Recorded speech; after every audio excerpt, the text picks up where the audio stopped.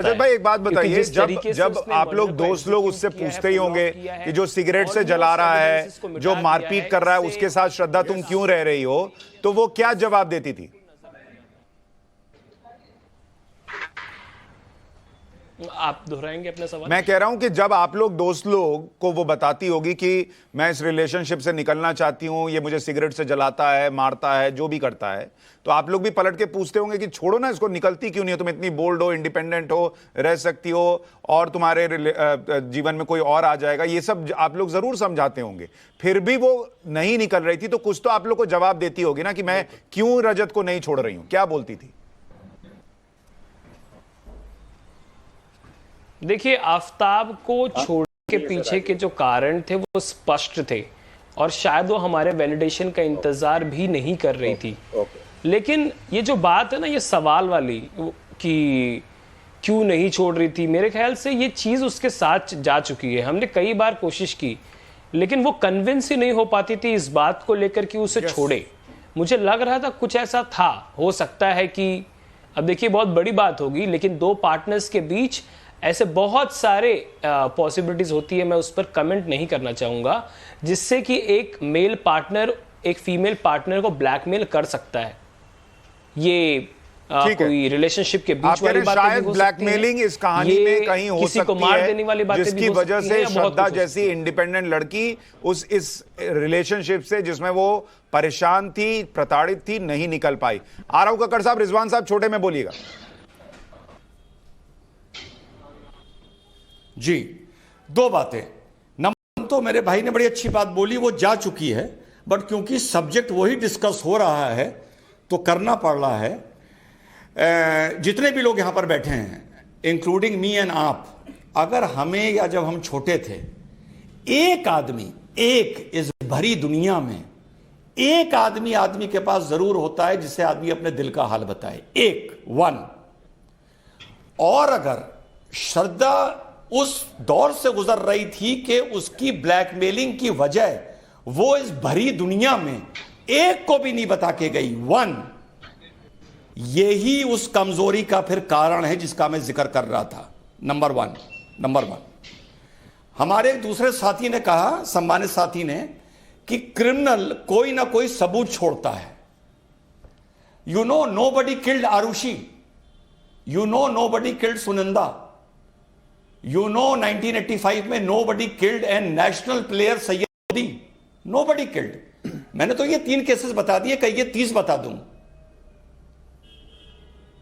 क्या यहां इन्वेस्टिगेशन नहीं हुआ? क्या यहां चार्जशीट नहीं गई? सब हुआ। वही समझा रहा हूं, जो इन्वेस्टिगेशन आज बड़ा मजबूत लगता है ना, 5 साल बाद कोर्ट में उसकी धज्जियां उड़ती हैं और प्रोसिक्यूशन अपना सर खुजलाता है। ठीक है, कक्कड़ साहब से देखा है तो कक्कड़ साहब आप जुड़े, अब कोर्ट कर दिए, 30 भी कर सकता हूं। इसके बाद आईसी गुप्ता साहब आपके पास आऊंगा, आपका ऑडियो ठीक हो गया, लेकिन पहले कक्कड़ साहब आप कुछ बोल रहे थे। मैं केवल ये कहना चाहता हूं कि मैंने सब वक्ताओं को अभी सुना है, सब ने अपनी अपनी राय रखी है।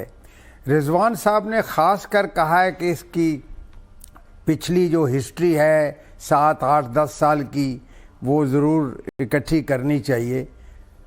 मैं आपको ये यकीन दिलाता हूँ कि जब इस तरह का कोई केस, जिसे हम हीनियस क्राइम कहते हैं हमारी भाषा में, उस व्यक्ति की पूरी हिस्ट्री खगोली जाती है, इसमें कोई दो राय नहीं होनी चाहिए। दूसरा, वो जो होता है वो सिर्फ हमें ये मदद करता है कि इसको ये व्यक्ति करता क्या था, कैसे करता, ये क्यों, इसने कैसे किया होगा।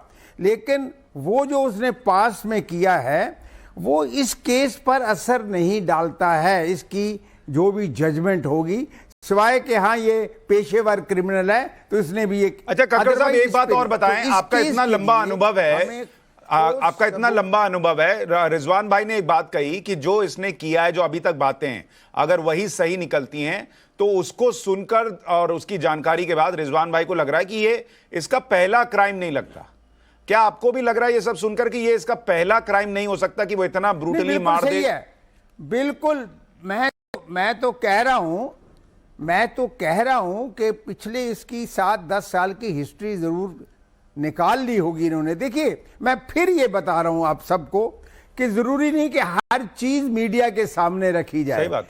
मीडिया के सामने वो चीजें कुछ रखते हैं क्योंकि मीडिया आके पूछता है, कुछ चीजें ऐसी होती हैं जो सिर्फ चार्जशीट के वक्त ही, समय में ही हम लोग सामने लाएंगे।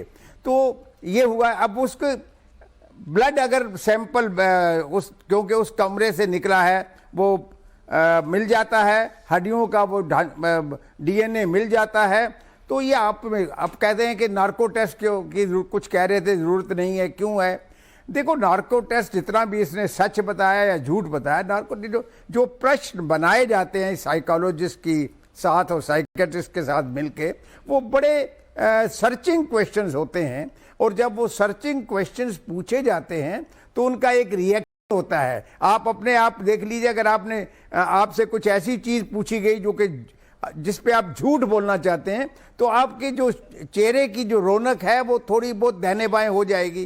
कुछ आप ऐसे प्रश्न देंगे, दूसरी बार फिर पूछेंगे तो आप इफ और बट जो है वो भूल जाएंगे।